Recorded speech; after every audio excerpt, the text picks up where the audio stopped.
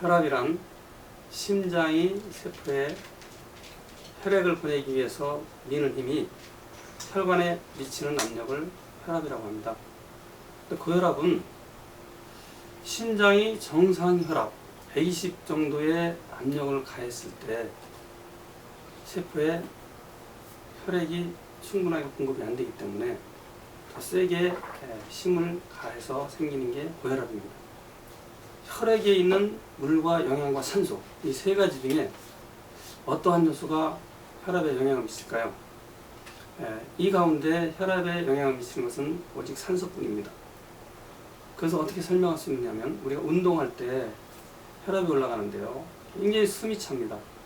숨이 차다는 것은 산소를 공급해달라는 얘기죠. 만약에 이때 물과 영양을 필요로 했다면 물과 영양, 음식을 먹어야 되는데 먹을 수가 없습니다. 오직 필요한 것은 산소입니다. 그리고 우리가 숨을 멈추면 한 1분 정도 멈추고 나면 혈압이 200 이상 올라갑니다. 숨을 멈추었다고 해서 맥박이 안 뛰는 것이 아닙니다. 심장은 계속해서 혈류를 보내죠. 그러나 혈압이 높아지는 이유는 우리 몸속에 산소가 부족하기 때문에 부족한 산소를 더 공급하기 위해서 혈압을 높이는 것입니다. 고산지대에 올라가도 마찬가지로 혈압이 높아집니다. 산소 분압이 낮아서 그렇죠.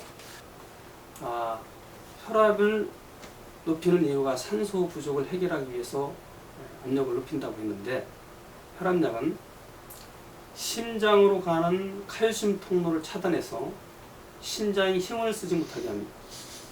우리가 예를 들어서 운동할 때 큰 힘을 써야 되겠죠. 산소를 많이 공급해야 됩니다. 그런데 심장 힘을 약화시켜서 혈압을 높이지 못하게 합니다. 그러면 산소 공급이 안 되겠죠. 운동 능력이 떨어집니다. 그리고 또 한 가지는 몸속에 물을 다 강제로 배출시켜서 심장이 아무리 힘을 써도 혈관에 압력이 미치지 못하게 합니다. 자, 물은 생명의 근원이라고 했는데, 이와 같이 몸속에 물을 빼내면 반생명 현상이겠죠. 이 방법은 바람직하지 않습니다. 그럼 의학계에서 왜 이런 방법을 썼느냐? 고혈압의 원인을 찾지 못했기 때문에.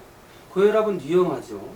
위험하니까 이걸 막아야 되는데 막을 방법이 다른 방법이 없으니까 인위적으로 강제로 혈압을 낮춘 것입니다.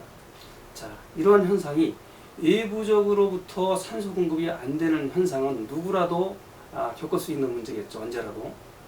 그러나 문제는 외부에서는 산소 공급이 잘 되는데도 불구하고 내적으로 산소 전달이 잘 안 될 때 우리는 진정한 의미의 고혈압 환자라고 합니다. 자, 그렇다면 어떤 경우에 외부에서는 산소 공급이 잘 되는데, 아니면 다른 사람은 산소 공급이 잘 되는데 왜 나는 산소 공급이 전달이 잘 안 돼서 혈압이 높아질까? 그 원인을 찾아야 되겠죠. 자, 그 원인은 첫째로 혈관이 좁아졌을 때 정상 혈압 가지고는 충분하게 산소를 공급하지 못합니다. 그러면 혈압을 높여야만 되겠죠. 자, 이 경우는 사실은 의학계가 밝혀낸 원인입니다. 근데 이 경우는 단 5%밖에 안 된다는 것입니다. 나머지 95%는 혈관이 정상인데 혈압이 높다는 거예요. 그러니까 원인이 없는 걸로 본 겁니다. 원인이 없으니까 이거 유전 아니냐? 유전이다. 그래서 더 이상 원인을 찾지 않고 혈압약을 개발해서 강제로 혈압을 낮추는 방식을 택한 것입니다. 약을 쓰지 않고 우리 인체 내부적으로 혈압을 높이지 않는 구조로 바꿔줘야 되겠습니다. 자, 그렇다면 나머지 95%의 원인은 무엇일까요?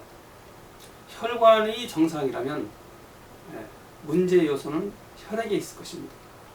혈액이 점도가 높을 때 정상 혈압 가지고는 세포에 충분한 혈류, 즉 산소를 공급할 수 없겠죠.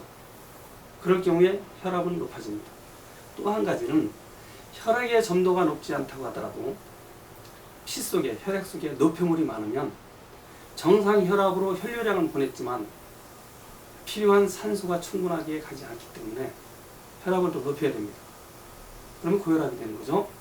자, 바로 혈액의 점도가 높을 때, 혈액이 탁할 때, 이때 혈압이 높아진다는 것입니다. 그렇다면 고혈압은 어떻게 치료해야 될까요? 바로 혈액의 점도가 낮아지는 섭생을 하고 피가 탁해지지 않도록 섭생을 해줘야 됩니다.